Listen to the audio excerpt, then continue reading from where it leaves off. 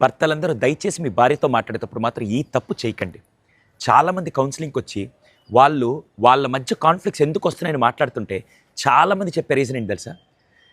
ఏదో ఆయనతో మాట్లాడదామని నేను వచ్చి కాన్వర్సేషన్ స్టార్ట్ చేయగానే మా ఆయన వెంటనే చెప్పు, ఓకే వింటున్నా చెప్పు,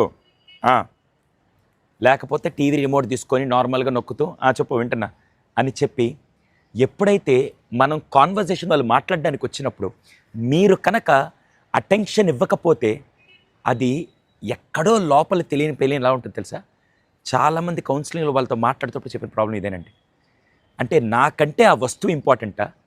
ఒక పార్ట్నర్గా నేను చెప్పే మాటకి లెక్కలేనప్పుడు ఇంకా నేనేంటి సార్ అని వాళ్ళకెక్కడో నాకు దక్కాల్సిన రికగ్నిషన్ కానీ రెస్పెక్ట్ కానీ రావట్లేదు. నేను అతని దగ్గర నుంచి కోరుకునేది డబ్బు ఇవన్నీ కాదండి. ఫస్ట్